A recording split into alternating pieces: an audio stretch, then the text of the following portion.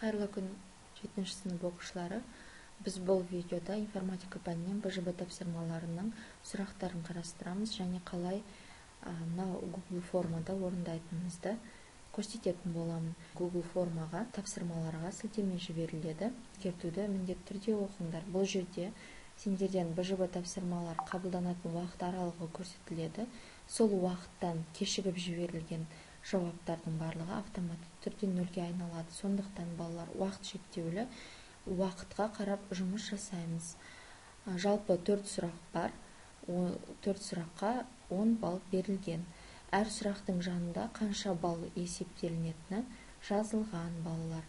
Бірінші аты жөндерін толық жазасыңдар міндетті түрде.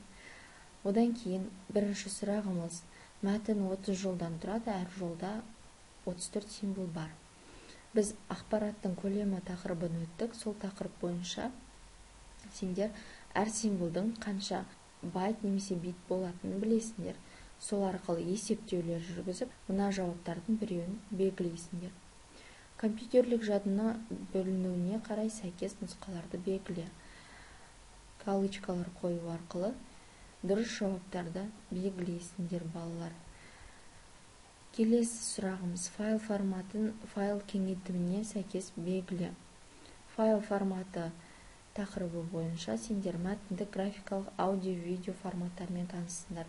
Енді осыларды сәйкес кеңейтіміне қарай белгілеулер жасайсыңдар.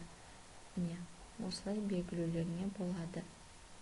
Келесі жеке файлды немесе файлдар тобын сығуға арналған программа. Ол қалай аталады, соны белгілейсіңдер. Бір ғана дұрыс жауабы бар. Барлық осы сұрақтарды белгілеп болғаннан кейін отправить батырмасын басамыз балалар. Ескертетін жағдай, бір рет қана әр бала орындауға мүмкіндігі бар. Одан кейін келесінде ашқан кезде сендерге тест тапсырмалары қолжетімсіз болады. Барлығына сәттілік.